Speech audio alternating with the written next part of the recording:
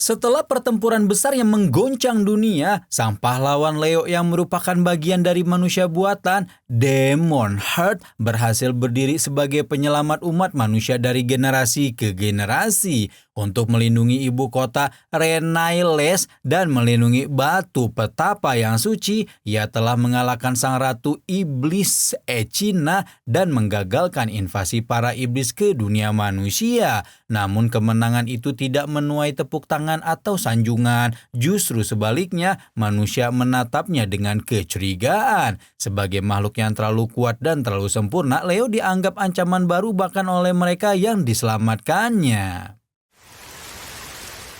Karena kecurigaan demi kecurigaan yang dilontarkan, Raja terpaksa memecat Leo setelah ratusan tahun dia ditugaskan bersama timnya untuk melindungi manusia dari serangan iblis. Sebuah keuntungan sekaligus kesialan, para rekannya justru gugur satu persatu dan hanya menyisakan Leo seorang. Bahkan dengan disadarinya, Leo bisa memenangkan pertempuran itu sendirian tanpa bantuan rekan-rekannya itu. Leo pikir setidaknya dia akan menerima terima kasih, namun sebaliknya bahkan raja sekalipun tidak bisa mempertahankan Leo lagi. Hai. Manusia memang lemah dan Leo mengakui itu. Jika iblis bisa menguasai teknik bertarung dan sihir untuk mengalahkan manusia, manusia justru hanya bertopang pada intuisi dan keserakahan mereka. Meskipun merasa terhianati, tapi Leo tidak merasa dendam pada manusia. Setelah terusir dari Renailes, luntang-lantung ia berkelana di dunia manusia dan mengetahui kalau kelompok iblis sedang mencari pekerjaan baru. Leo melakukan sesuatu yang tak terbayangkan oleh nalar manusia yang kebanyakan bodoh itu. Dengan rasa penasaran, ia memutuskan pergi ke markas iblis membawa lamaran kerja sebagai bawahan ratu iblis yang dulu ia kalahkan.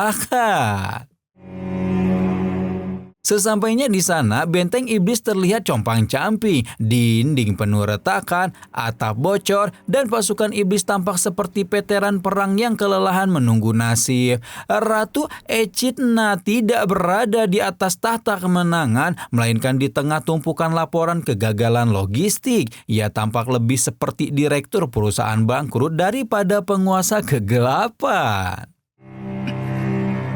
Kelompok iblis saat ini dipimpin oleh seorang ratu dan 4 pilar jenderal yang kesemuanya pernah dikalahkan oleh Leo. Leo tahu bahwa mereka pasti membencinya, tapi sebagai pelamar kerja ia telah mempersiapkan presentasinya terbaiknya dan sangat percaya diri akan diterima. Reaksi para jenderal iblis bisa ditebak: ketakutan, kebingungan, lalu tentu saja juga marah-marah. Seorang mantan musuh datang menawarkan diri untuk bekerja. Ibarat mantan perampok masuk ke kantor polisi dengan surat lamaran. Echidna bagaimanapun menolak permintaan Leo itu. Terlalu banyak luka lama yang belum sembuh, terlalu banyak pasukan yang tumbang karena ulah pria satu itu. Sehingga tiap satu kata yang terucap membuahkan satu semburan api ke tubuh Leo. Tapi Leo sama sekali tidak tumbang dan terus berpresentasi. Tapi Echidna memilih tuli daripada menjatuhkan harga dirinya pada Leo. Namun keempat pilar jenderal iblis memberi kesempatan untuk mengetahui alasan lebih jauh mengapa Leo berubah pikiran dari seorang hero lalu memilih menjadi tim iblis. Leo yang berumur lebih tua daripada iblis-iblis itu kembali mengenang pertemuannya dengan mereka. Pertama ada Edvan, dia salah satu jenderal terkuat dengan sisik naga yang tak mudah ditebas. Kelemahannya bodoh. Edvan sangat bodoh sehingga pergerakannya terbaca cepat oleh Leo dan membuatnya bisa mengalahkan Edvan. Kedua ada Mernes yang tak berhenti mengejeknya dan mencurigainya. Kelemahan Mernes terletak pada gaya bertarungnya. Leo hanya cukup menggunakan sihir untuk menaklukkannya. Dan Tada, gereja tempat berlindung manusia pun sekaligus hancur karena kekuatan Leo dan membuatnya ikut dihujat manusia. Mernes agak dingin dan kaku sehingga kekalahannya terasa menjadi menyebalkan dan menimbulkan dendam yang dalam. Mernes punya alasan kuat untuk meragukan kedatangan Leo.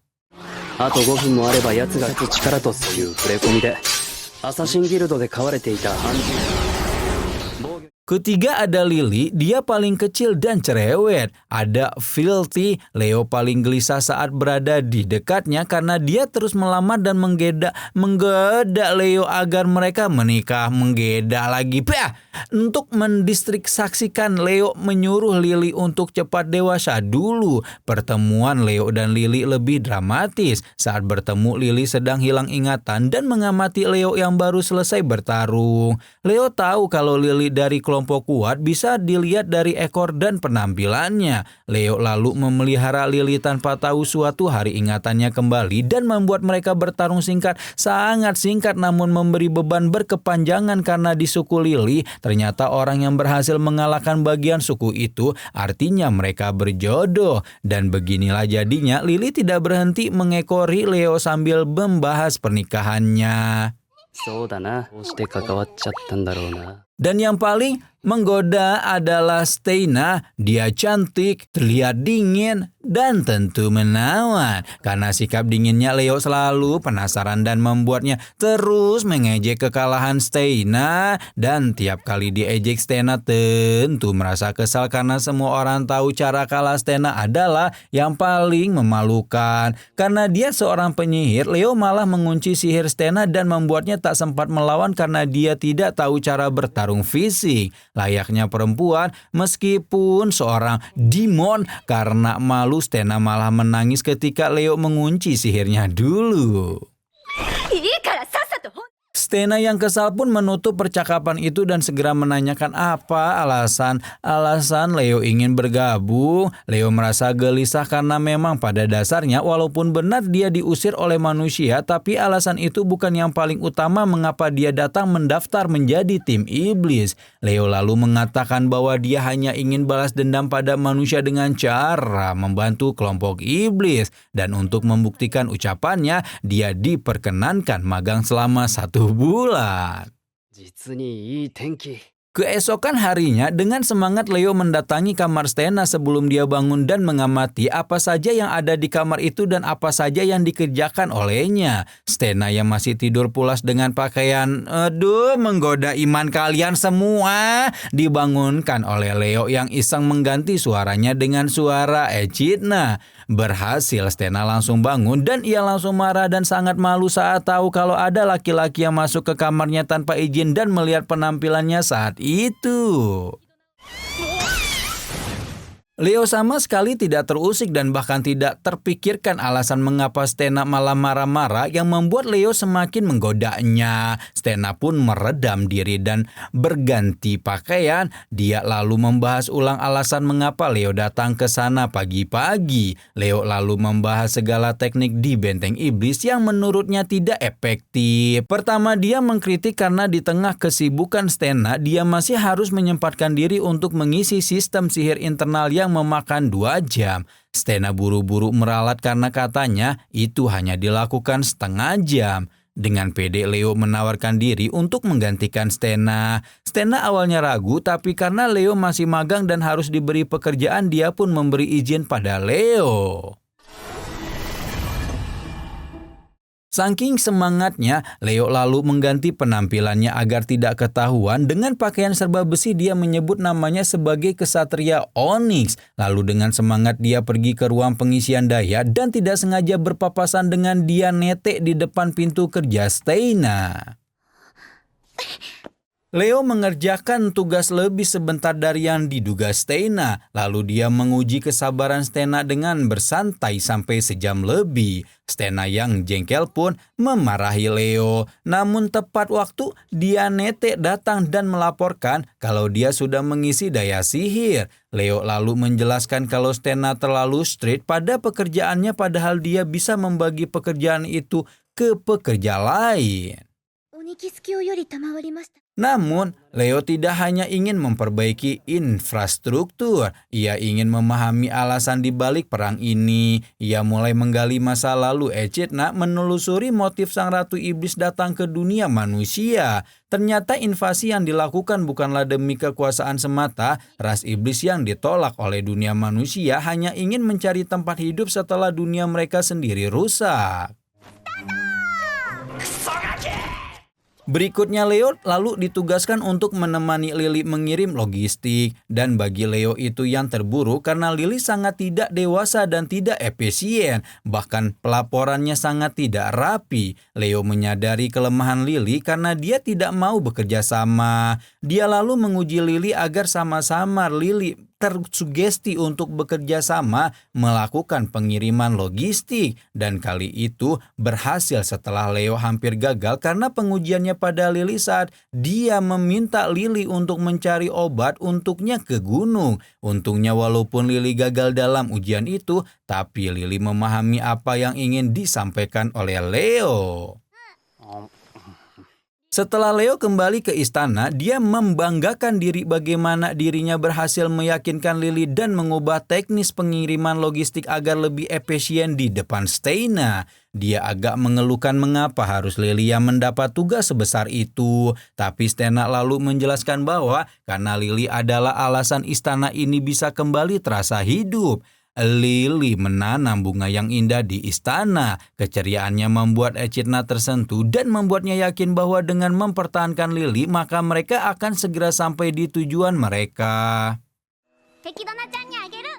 Leo lalu menilai Stena dan tiap iblis dengan pandangan baru. Mereka tidak seburuk alasan invasi yang dilakukan. Stena tetaplah perempuan, Lily juga tetaplah anak-anak, dan ia teringat kembali alasan mengapa ia penasaran pada Echidna. Karena dulu Echidna berkata bahwa dia tidak ingin pembunuhan sia-sia pada manusia, dan itu cukup mengherankan bagi Leo yang tidak memahami pola invasi iblis dan alasan dibuatnya dulu. Karena dia didesain untuk membunuh iblis, dan tiap bertarung dengan iblis, mereka selalu memiliki alasan keji untuk membunuh manusia. Lalu mengapa Echidna tidak begitu?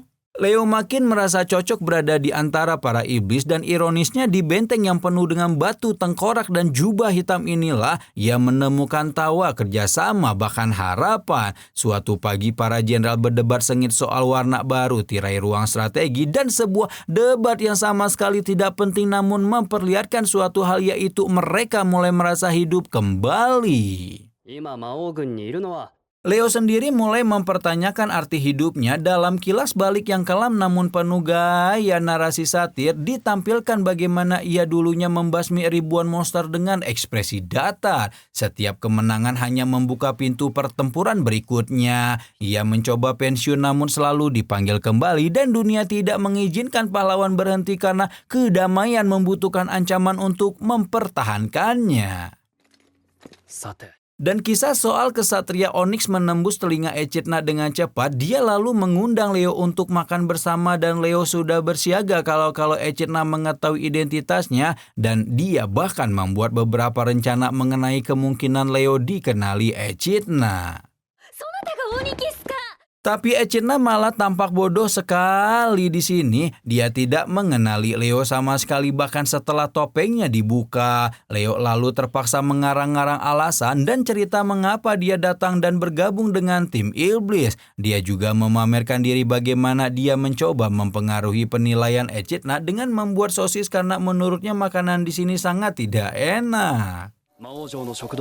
Karena habis minum Homer, Echidna tidak mengenali wajah Leo sama sekali. Leo pun mengungkit apakah jika Leo mendaftar, Echidna akan menerimanya. Dan jelas Steina mengamuk. Leo lalu urung dan memikirkan taktik untuk lari dari tempat ini sesegera mungkin sebelum sadar kalau Onyx adalah Leo. Tapi Steina malah makin senang bercerita dan makin banyak minum minuman Homer.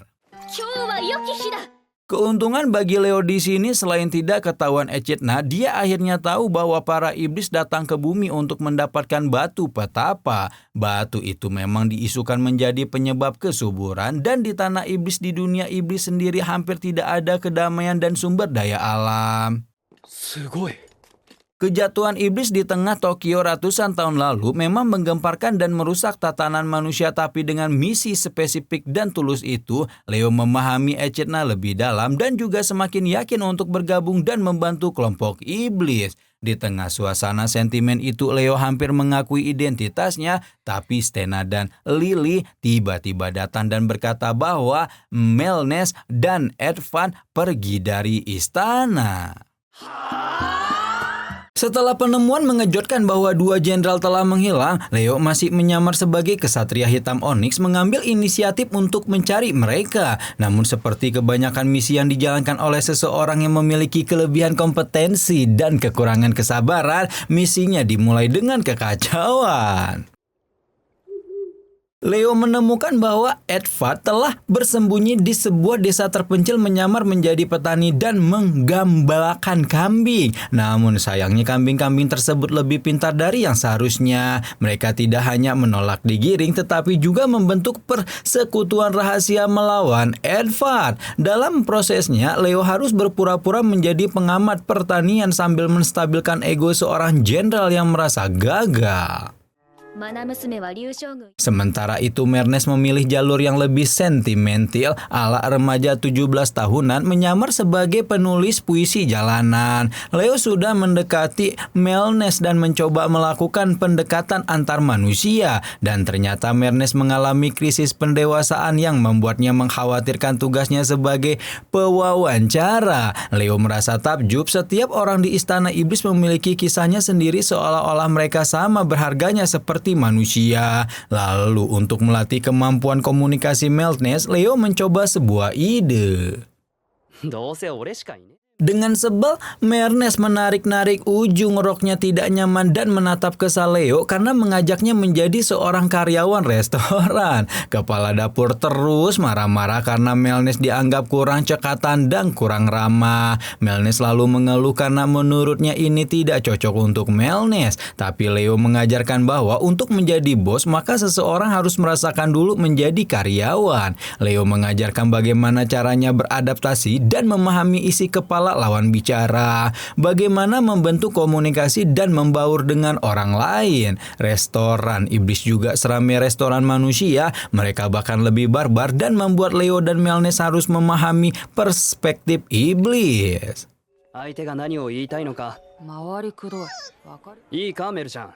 Mernes masih belum sepenuhnya memahami ucapan Leo dan Leo juga menyadarinya. Di tengah kesibukan bekerja, tiba-tiba seekor iblis melecehkan Mernes. Mernes yang sudah bertingkat jenderal tentu saja mengalahkan iblis itu dengan sangat mudah. Leo lalu melihat bagaimana para iblis menyadari kemampuan Mernes dan mengetahui bahwa ada jenderal 4 pilar di sana. Cara mereka segan pada Mernes membuat Leo belajar memahami bagaimana para iblis begitu patuh pada atasannya walau mereka makhluk bebel. Sesudahnya latihan di restoran, Mernes datang ke kantor Leo untuk mengajaknya latihan. Leo awalnya males dan merasa takut dirinya akan diintai, terutama karena Mernes menatapnya tajam dan ingin praktek langsung dengan Leo. Lalu dengan dingin dia menebak bahwa alasan Leo datang ke istana memiliki motif lain. Leo termenung, dia tidak menduga akan ketahuan dengan cara begitu. Namun Mernes akhirnya terpancing bercerita tentang masa lalunya. Mernes lahir sebagai separuh manusia dan iblis yang tidak diakui orang tuanya, karena itu dia akhirnya dibuang dan diperjualbelikan. Dia membenci manusia dan menganggap mereka jahat, sehingga suatu hari dia membunuh majikannya dan langsung kabur. Melihat adanya invasi iblis, diam-diam Mernes membantu Echidna membuka portal dan membuat invasi. Tapi rencana dan harapan pembunuhan itu gagal karena Echidna malah menolong manusia dan menstabilkan kehidupan manusia. Mernes tertarik bergabung dan berharap bisa mengalahkan manusia lagi dan Echidna menerimanya dengan mudah sehingga dia memendam pada Leo yang menghalangi misinya. Mendengar kisah itu, Leo tersentuh sekaligus kasihan, tapi dengan energi terbuka Mernes dan wajah datarnya Leo malah menceritakan kisahnya yang tak biasa dia ungkit. Lalu Leo sadar dia juga sudah menjadi manusia, ingin didengarkan dan bercerita. Ribuan tahun lalu, iblis jatuh ke Tokyo dan menyebabkan kegemparan. Tanpa diketahui alasan pastinya, portal antara dunia iblis dan manusia terbuka membuat para iblis mudah memasuki dunia manusia. Selaras dengan yang diceritakan Echidna, para iblis datang karena dunia manusia dianggap stabil saat itu dibanding dunia manusia, sehingga para iblis berebut tempat dengan para manusia. Peperangan panjang antara manusia dan iblis pun terjadi tidak hanya di Jepang, lalu militer Jepang membuat manusia buatan yang disebut Demon Heart, salah satunya Leo. Sayangnya Leo dibuat sangat kuat sehingga sangat teman-temannya mati. Leo masih hidup sampai sekarang. Leo mulai tidak nyaman karena dia terus membahas kisah ini terlalu jauh sampai di mana dia mengingat alasannya sendiri bahwa alasan dia ingin membantu iblis karena Echidna terlihat baik.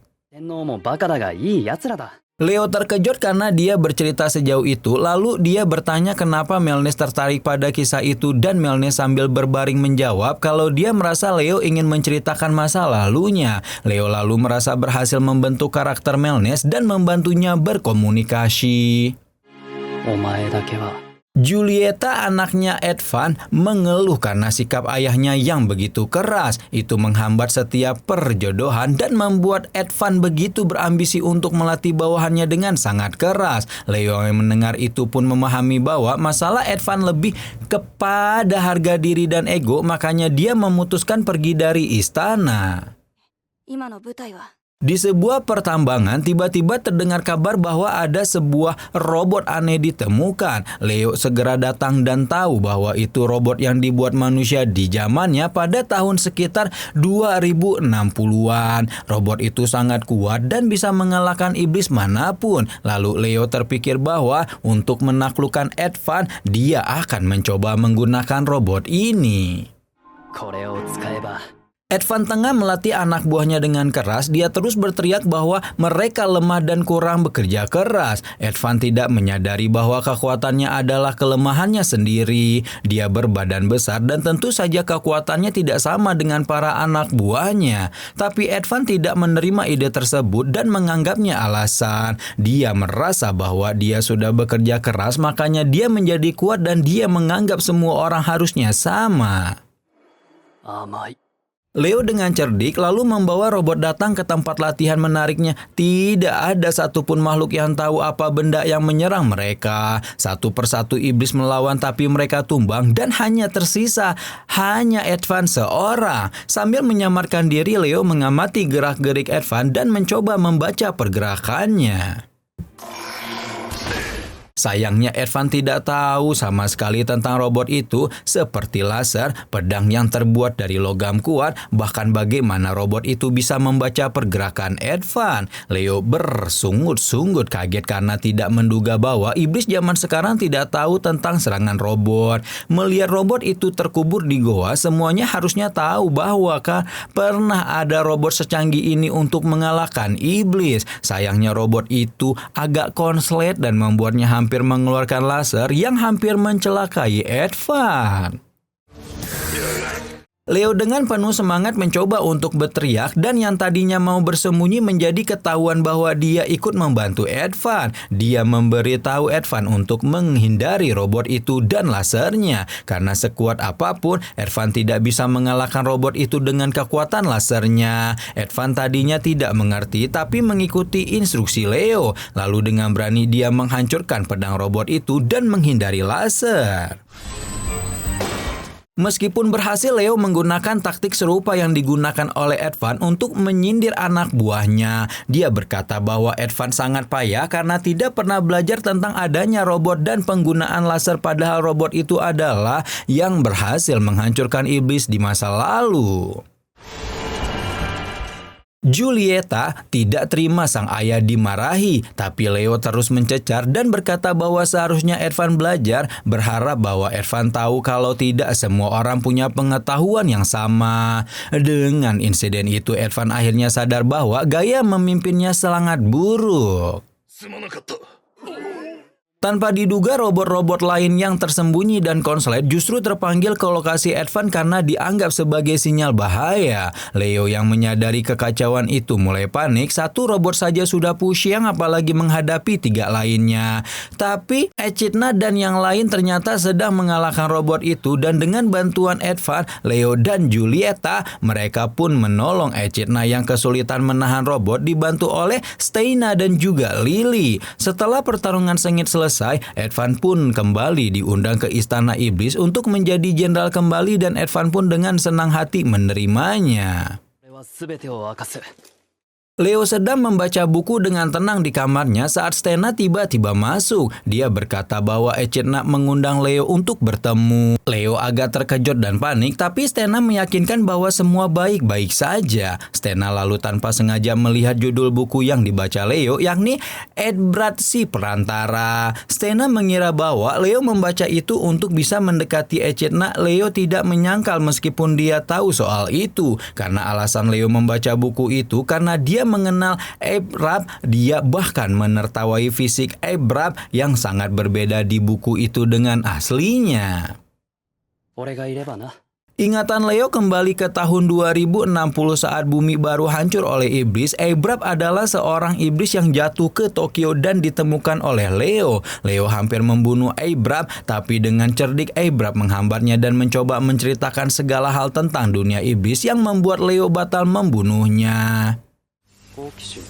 Iblis memiliki banyak kasta dan mereka masing-masing biasanya memiliki posisinya sendiri. Semakin rendah posisinya, mereka semakin bodoh dan serakah. Alasan mereka jatuh ke Tokyo pertama kali pun karena kecerobohan Raja Iblis yang gagal melindungi portal. Eadbrad yang menceritakan itu pada Leo berkata bahwa dia hanya tidak sengaja turun di Tokyo karena portal asli seharusnya ada di pulau tak berpenghuni dan bukannya di tengah kota. Sehingga Eadbrad meminta agar dia diampuni karena meskipun dia iblis rendahan, dia sama seperti para iblis yang dulu tidak tahu bahwa akan terjadi perang karena turun melalui portal.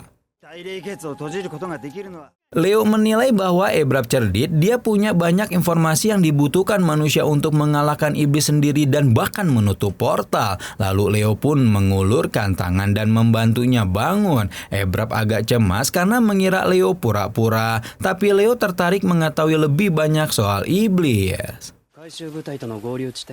Leo lalu mengajak Eadbrad menemui militer khusus untuk menangani Eadbrad. Eadbrad menduga kalau dia akan dibunuh, tapi dia penasaran pada Leo yang tampak dingin kuat namun sedatar robot. Dia lalu bertanya tentang identitas Leo yang membuat Leo tersentuh. Dia lalu menceritakan bahwa dia adalah manusia buatan seorang mutan yang diciptakan untuk melindungi manusia.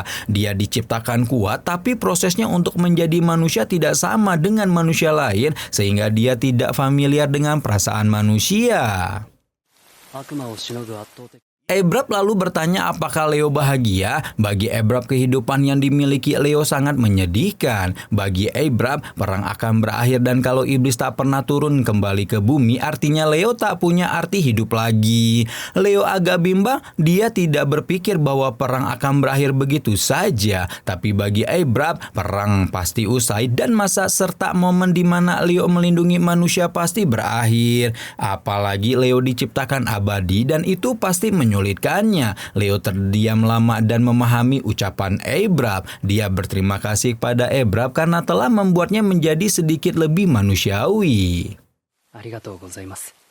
Kembali ke masa kini, menyadari bahwa alasannya untuk bergabung di kelompok iblis karena dia sedang mencari damai dan mencari arti hidupnya. Dia seumur hidup mengabdi untuk manusia. Perang memang tak pernah usai, tapi Leo dibuang oleh manusia. Sekarang dia tak bertuan dan tak ada yang memprogramnya lagi. Dia memutuskan untuk menjadi bagian dari kelompok iblis karena baginya itu satu-satunya jalan untuk menemukan arti hidup. Leo lalu datang memenuhi panggilan Echidna dan merasa bahwa ini panggilan jiwanya. Dengan bangga Echidna memuji kemampuan Onyx dan mengatakan bahwa dia membuat semuanya menjadi stabil. Sehingga Onyx diangkat menjadi salah satu jenderal 5 pilar di istana. Leo agak terkejut sekaligus bangga. Dia pun menerima anugerah itu dengan sukacita walau masih ada tantangan lain yang harus dihadapi. Bahwa Echidna belum tahu dia adalah Leo. Echidna sangat terkesan pada hasil pekerjaan Onyx. Kelompok iblis yang tadinya semrawut dalam sekejap berubah menjadi sangat rapi dan tertata. Dimulai dari hal besar seperti soal Stena yang tadinya melakukan semua pekerjaan sendirian, kini mulai berani untuk membagi tanggung jawab ke anggota iblis lain. Sampai hal terkecil masalah dapur yang kini disusupi Merne, semuanya terkendali dan menjadi rapi. Lebih dari itu, Echidna sangat mengagumi kecekatan Enix seolah dia seorang dewa yang punya kebijaksanaan dalam seperti Eybrat yang begitu melegenda sampai sang perantara antara manusia dan iblis selama ribuan tahun. Tanpa ragu, Echidna segera membuat pengumuman pengangkatan Enix sebagai salah satu jenderal pilar iblis tanpa tahu bahwa dia baru saja berhasil membuka pintu untuk musuh bebuyutannya ke dalam kandang. Di sisi lain, Leo juga baru selesai membaca buku yang sama yang dimiliki oleh Echidna. Sekilas Leo seperti sedang menguntit dan berusaha menyamai apa yang disukai Echidna agar dia bisa diterima. Namun di balik itu, Leo menyimpan rahasia yang lebih dalam. Buku Ebrab sang perantara adalah alasan terkuatnya untuk datang ke tempat iblis, terutama untuk membaca pikiran Echidna dengan mudah. Dan saat dipanggil oleh Steina untuk melakukan upacara pengangkatan, Leo yang masih harus menyamar dengan senang hati segera datang ke aula tempat Echidna berada. Echidna tidak main-main, dia membuat pesta semeriah mungkin untuk menyambut anggota baru pilar iblis. Leo semakin bangga karena merasa berhasil menaklukkan komplotan iblis. Lebih bagus sekaligus memalukan, dia berhasil menipu Ratu Iblis tanpa kecurigaan. Sayangnya acara pengangkatan itu tidak berjalan mulus. Tiba-tiba seseorang melaporkan bahwa portal penghubung antara dunia manusia dan dunia iblis nyaris tertutup. Hal itu membuat seluruh jenderal, termasuk Echidna dan Leo, buru-buru mendatangi tempat portal itu berada. Dengan sekuat tenaga, mereka berusaha memberi energi sihir agar portal itu tetap terbuka. Hari membahagiakan itu dalam sekejap berubah menjadi muram. Bagaimana bisa portal nyaris tertutup begitu saja? Echidna yang sejak semula memang merasa tak berbakat menjadi pemimpin mulai uring-uringan. Meskipun portal berhasil dibuka, tapi itu hanya akan bertahan selama seminggu. Dan dia tidak punya cara lain agar membuat portal itu tetap terbuka. Masalah terburuk lain, dia tidak tahu bagaimana cara membuka dan menutup portal itu secara manual. Leo menahan guru tuannya ketika mulai melihat sisi uring-uringan Echidna. Meskipun seorang ratu, dia tidak terlihat memiliki karisma pemimpin dan selalu blak-blakan dengan semua yang dirasakannya. Seperti sekarang dia terus bicara tanpa jeda, membuat rencana tak terstruktur tanpa memberi kesempatan pada yang lain untuk ikut memberi ide. Sebagai yang tertua, Leo pun akhirnya mencoba menyela dan memberitahu hal penting dari semua tujuannya, bahwa batu petapa sebenarnya ada 2 dan bahkan punya buku panduannya. Meskipun Leo sudah memberi solusi, Echidna masih tidak berhenti uring-uringan. Dia tidak bisa memutuskan apakah dia harus berdamai dengan manusia atau dia harus meneruskan invasi bahkan seandainya dia masih gagal mendapatkan batu petapa. Terlebih dia masih mengira kalau Leo akan melawan dan menghadangnya. Leo yang merasa kasihan sekaligus terdesak akhirnya membuka topengnya. Semua orang mulai cemas dan panik, tapi Echidna yang lamban masih tidak sadar kalau Leo yang ditakuti ada di depan Echidna. Barulah saat Leo mengakui kalau dia bukan Enix, melainkan adalah Leo Demon Heart, Echidna akhirnya sadar kalau dia sudah ditipu. Leo tidak mengharapkan sambutan hangat saat mengakui identitasnya, tapi saat Echidna meledakkan ruangan, ternyata Leo tetap menjerit kesakitan. Sesi rapat terpaksa disela oleh rentetan omelan panjang Echidna dan perasaan terhianati oleh seluruh anggota pilar iblis. Namun dengan kerja baiknya, Echidna kehabisan alasan untuk mendepak Leo. Tersisa satu cara untuk membuktikan bahwa Leo tidak akan berkhianat pada mereka, yaitu alasan untuk masuk dan menjelaskan lebih jauh tentang batu petapa. Leo kemudian menjelaskan bahwa batu petapa yang diperebutkan semua orang adalah sebuah genset yang mampu menyerap energi dan menyebarkannya ke lingkungan sehingga tanah menjadi subur. Leo agak mengejek karena orang-orang tampak mendewakan batu petapa yang sebenarnya hanyalah sebuah mesin yang dibuat pada masa tercanggih teknologi. Leo juga menjelaskan bahwa alasannya ingin bergabung dengan Echidna karena tujuan yang mulia. Manusia sudah tidak membutuhkannya lagi, sedangkan Leo telah menghabiskan hidupnya untuk melindungi manusia. Melihat dirinya dibuang dengan mudah agar punya tujuan hidup kembali, Leo pun memutuskan untuk bergabung dengan Echidna. Leo juga menjelaskan bahwa saat ini batu petapa ada di gunung yang dekat dengan istana iblis. Meskipun terdengar mustahil, tapi Leo meyakinkan bahwa mereka bisa berhasil untuk mendapatkan batu petapa yang menurutnya juga sedang dijaga oleh penjaga khusus. Untuk meyakinkan Echidna, Leo mengakui dia sebenarnya tertarik dengan cara berpikir Echidna yang sebenarnya polos agar manusia dan iblis berdampingan. Mendengar kisah panjang itu, Echidna yang masih ragu dan uring-uringan pun terpaksa mempercayai Leo dan mendatangi gunung itu. Gunung itu punya suhu sangat rendah yang diselimuti oleh es. Lily yang lahir di wilayah hangat nyaris membeku, namun dengan kekuatannya dia berhasil menghangatkan tubuhnya sendiri dan mengikuti rombongan. Jenderal lain pun sama kedinginannya seperti Lily, namun dengan keteguhan penuh sambil membayangkan penjaga batu petapa yang mungkin sama hebatnya dengan Leo, membuat mereka bersiaga dan tidak membuang tenaga untuk bertarung. Di sisi lain, Echidna masih mengamati Leo dengan curiga sambil menggerutu dan mengkritik apapun dari Leo. Dia juga menerka setiap gerak-gerik Leo, termasuk ekspresinya. Anehnya, Echidna merasakan kesepian yang begitu mendalam dari ekspresi dan suara Leo yang sekilas membuatnya khawatir. Namun perasaan itu tertepis cepat ketika Leo mulai kembali ceria dan menyemangati Echidna untuk menemukan batu petapa. Bagaimanapun, Leo adalah lambang memalukan atas kekalahan Echidna sebagai seorang ratu. Meskipun selama ribuan tahun iblis selalu kalah dari manusia, namun cara Leo yang begitu mudah mengalahkannya membuat harga diri Echidna tercecer lebih parah dibanding yang dirasakan Steina.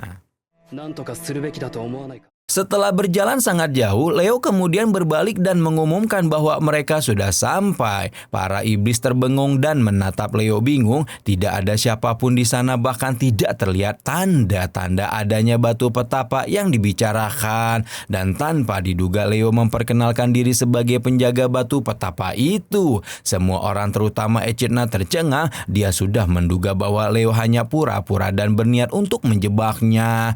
Dan di sisi lain, Leo justru semakin senang dan bersemangat memancing amarah Echidna. Dengan nada mengejek, dia memperkenalkan diri sebagai Leo DH05 yang diciptakan untuk tidak kalah. 3000 tahun lalu, untuk misi melindungi manusia dengan kemampuan dan waktu yang tak terbatas, Leo diciptakan sebagai manusia super dengan mesin genset yang mampu membuatnya hidup abadi sebagai manusia yang ditanam di dalam jantungnya. Agar terus patuh pada peraturan, manusia modern memberi sugesti kuat di kepala Leo selama masa penciptaannya bahwa dia harus terus melindungi manusia sampai kapanpun. Lalu dengan bangga, Leo menunjuk jantungnya sebagai letak di mana batu petapa itu berada. Dan Leo mengakui bahwa dia memang sejak awal bergabung hanya untuk memastikan niat Echidna terhadap manusia. Dan saat tahu dia tidak ingin berperang berkepanjangan dengan manusia yang membuat Leo bisa terlepas dari tugas dan mati setelah hidup 3000 tahun, Leo bertekad untuk mati demi menunaikan tugasnya. Semua orang kecuali Echidna tidak percaya dengan mudah. Semuanya telah merasakan bantuan tulus dari Leo dan mereka yakin kalau Leo hanya mengada-ngada tentang pengkhianatannya pada kelompok iblis. Namun Echidna yang sejak kecil sudah dipersiapkan sebagai ratu sudah mengendus niat Leo karena sah Leo sudah sangat melegenda di antara kalangan iblis. Bahkan ada manusia bak dewa yang tak terkalahkan yang diciptakan untuk membaca kelemahan lawan sehingga semakin banyak ia bertarung, semakin hebat kemampuannya dan semakin panjang pula usianya. Echidna hanya tidak menduga legenda itu adalah Leo yang dilihatnya saat ini, yang mengalahkan dan menghalanginya selama ini. Ia tidak mengira bahwa kisah manusia super itu sungguhan, terlebih adalah kemustahilan jika manusia bisa hidup sampai ribuan tahun.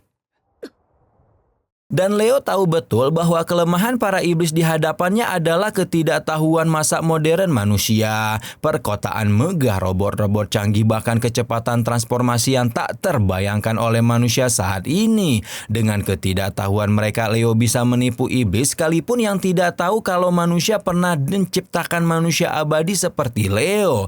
Dan seperti sekarang, para iblis itu masih tercengang bodoh sehingga Leo harus melepaskan serangannya ke arah Echidna agar dia sadar bahwa Leo akan membunuh Echidna saat ini juga.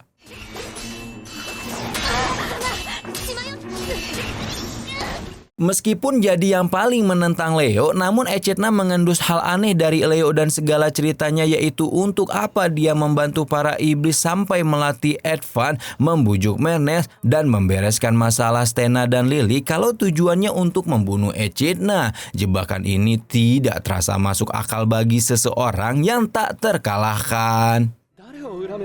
Leo secara teknis bisa membunuh semua iblis sekaligus jika tujuannya untuk membunuhnya, tapi dia membawa semua orang ke gunung yang sepi, menceritakan masa lalunya, bahkan membocorkan rahasia tentang batu petapa kedua di dalam tubuhnya. Echidna ingin percaya bahwa Leo sedang berbohong, tapi Leo tanpa ampun menyerang semua jenderal dengan mudah, bahkan membakar habis sisik naga Advan tanpa ampun. Saat tersadar dari lamunannya, semua orang sedang diserang tanpa ampun oleh Leo. Satu persatu dimulai dari Stena, Advan, semua diserang tanpa rasa kasihan. Leo bahkan terus memancing Lily dan Mernes agar mereka tidak cengeng dan menyerangnya lagi. Dibanding yang lain, Lily dan Mernes adalah yang paling rentan sekaligus yang paling dekat dengan Leo. Terutama Mernes setelah diajari cara memahami orang lain dan berkomunikasi, dia berpikir rasanya tidak mungkin jika Leo tiba-tiba berkhianat, apalagi jika ternyata tujuan awalnya hanya untuk membunuh Echidna. Sayangnya Leo menyerang Advan dan Stena sampai mereka hampir sekarat. Hal itu membuat Lily menjerit tidak tahan dan terpaksa menyerang Leo, berharap dia bisa menyadarkan Leo bahwa dia tidak bersungguh-sungguh ingin membunuh mereka. Leo justru menikmati pertunjukan serangan itu, tanpa segan dia menembakkan serangan ke arah Lily dan membuatnya terpental terbakar dengan nyaris mati. Dari sanalah semua orang sadar bahwa Leo tidak bermain-main. Mernes yang tadinya tidak mau ikut melawan, kini tak bisa membendung amarahnya karena Leo menyerang Lily yang hampir kini mati total. Leo justru menikmati rasa frustasi Mernes. Dia suka bagaimana melihat Mernes tertipu total pada sikapnya, dan manusia di matanya masih saja selemah yang diperkirakan. Walaupun setengah iblis dan mendendam hebat pada manusia, dengan sedikit bantuan Mernes langsung mengemis harapan bahwa Leo tidak akan membunuh siapapun. Melihat semua orang hampir mati, Echidna segera membuat cahaya pelindung untuk semua orang dan berusaha membalas Leo. Yang paling menyakitkan dari pertarungan ini bukan kenyataan bahwa Leo tak terkalahkan, tapi bagaimana semua orang menjadi lemah karena Leo telah menanam harapan dan kepercayaan di masing-masing anggota Pilar Iblis. Dan pengkhianatan ini lebih menyakitkan dibanding dengan kematian langsung. Tapi Echidna harus berhenti sedih berlarut-larut meskipun bayangan bagaimana Istana Iblis mendadak sangat teratur karena bantuan Leo, tapi berharap Leo hanya berpura-pura ingin membunuh mereka, hanya akan membunuh seluruh anggota Pilar Iblis, dan Echidna tidak mau kehilangan anggotanya dengan cara seperti ini. Sebelum datang ke dunia manusia, Echidna ingat dia pernah diajarkan sebuah sihir khusus yang hanya bisa dilakukan dalam sekali serangan. Echidna diwanti-wanti bahwa sihir ini hanya harus dilakukan pada makhluk paling kuat di bumi saat terancam. Mulanya Echidna mengejek sihir itu karena baginya tidak masuk akal akan ada manusia sekuat itu sampai harus menggunakan jurus khusus. Namun kini dengan perasaan sedih yang dalam, Echidna benar-benar akan menggunakan sihir itu. Sambil mengumpulkan kekuatan penuh, Stena mencoba memancing Leo agar terdistraksi dari Echidna. Sihir itu adalah sihir Astaroth. Tujuannya adalah mengunci Leo agar dia membeku dan terkunci sementara. Namun saat menggunakan sihir Astaroth, Echidna harus memastikan bahwa selama Leo terkunci, dia harus membunuh Leo. Karena jika gagal, maka Leo akan pulih dan tubuh Leo akan membaca kelemahan sihir itu sehingga Echidna tidak bisa menggunakan sihir itu lagi.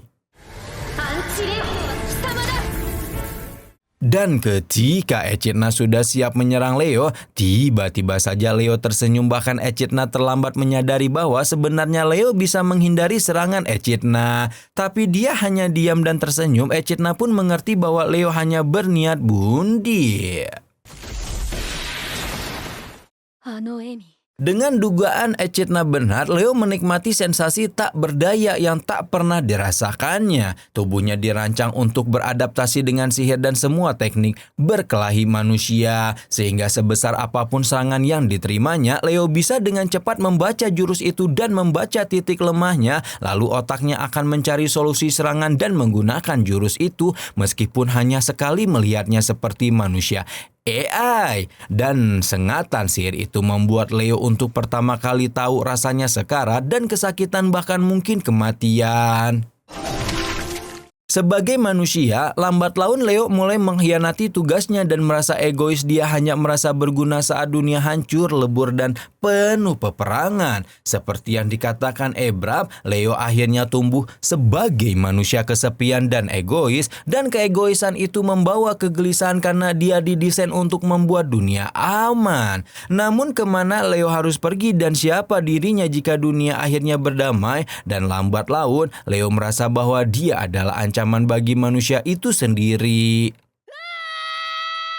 Di tengah rasa sekaratnya itu, Leo lalu menunjuk batu petapa yang dibicarakannya. Dadanya sudah tercengang. Echidna tinggal mengambil batu petapa itu dan tugas Leo selesai. Dunia akan damai jika batu petapa dimiliki oleh iblis, sehingga mereka tidak akan berperang lagi untuk memperebutkan batu itu. Dan jika mereka tidak lagi berperang, maka selamanya manusia akan aman dari invasi iblis. Tapi para iblis justru menjadi lega sekaligus marah. Mereka senang karena ternyata Leo tidak berusaha mengkhianati iblis ataupun menjebak mereka. Tapi Leo hanya bodoh dan tidak tahu cara diterima tanpa tugas dan misi. Leo menyangkal itu dan berusaha menjelaskan bahwa dia sudah terlalu lama hidup. Dia didesain untuk melindungi manusia dan dia harus menyusul teman-temannya yang sudah lebih dulu tewas dalam pertempuran. Leo lalu membujuk satu persatu iblis yang sayangnya mereka malah makin mengasihani Leo. Sebagai ratu, Echidna lalu menyatakan dengan tegas bahwa dia tidak akan mengambil batu itu sebagai hukuman untuk Leo. Maka Leo akan ditugaskan untuk ikut bersama mereka ke dunia manusia dan menyelesaikan misi. Leo tercengang, tujuannya jelas bukan itu dan dia tidak akan bisa meninggalkan dunia manusia.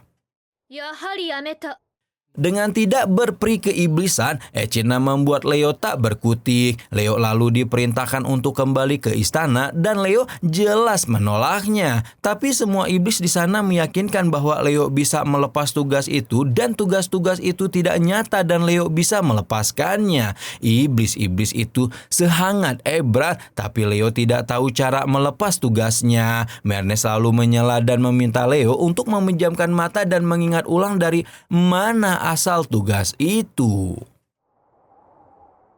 Leo pun mencobanya dan ingatannya segera terlempar pada momen di mana dia lahir ditabung dengan semua suara yang sama, bahkan dia harus menjaga manusia. Menes lalu berkata bahwa Leo hanya perlu berkata bahwa dia melepas tugas itu. Leo di dalam bayangannya berteriak frustasi bahwa dia ingin melepas tugasnya melindungi manusia. Dan ternyata Leo lah yang bodoh selama 3000 tahun ini tanpa tahu bahwa seluruh grounding itu hanya ilusi di kepala. Ia hanya butuh 1 detik untuk melepas semua suara itu dan saat membuka mata, suara yang menekan dadanya untuk melindungi manusia itu hilang. Setelah insiden itu, Leo benar-benar kembali bergabung dengan kelompok iblis. Kali ini tanpa motif, dia bergabung karena keinginannya sendiri, karena kebebasannya sebagai manusia. Lalu penundaan pengangkatan jabatan Leo pun dilaksanakan. Sayangnya proses pengangkatan itu masih diselingi oleh suasana rusuh istana. Semua orang tiba-tiba melaporkan masalah yang ada di istana, dimulai dari ruang logistik sampai dapur istana. Meskipun lelah, Echidna lalu menugaskan semua orang untuk bekerja termasuk Leo dan semua alur cerita ini pun berakhir.